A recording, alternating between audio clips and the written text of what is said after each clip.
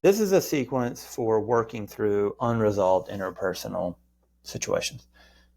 So first, you want to ask yourself approximately the following. The other did X. What were my thoughts about what the other did? How did that impact me? Then how did I respond to them and to the situation? And you also want to ask yourself, what is the threat?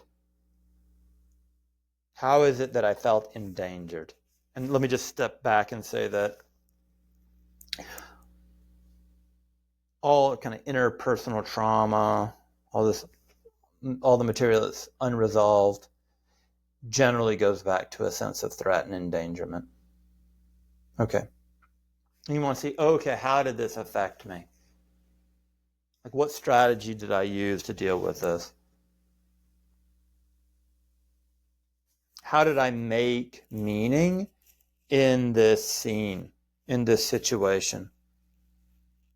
And then the way that I've made meaning about the way I see self in world, has that gone on to affect me throughout life? Am I still doing it as an adult? And to be clear, if you are, it will fine. It makes sense. I mean, most of us have unresolved stuff from childhood, but you just want to see it. And then here I'll say that you don't want to take a pathologizing view of self. You want to actually take a view of self and ultimately of other, of understanding cause and effect, and fundamentally a view of compassion towards self. And you want to make space for seeing the distortion.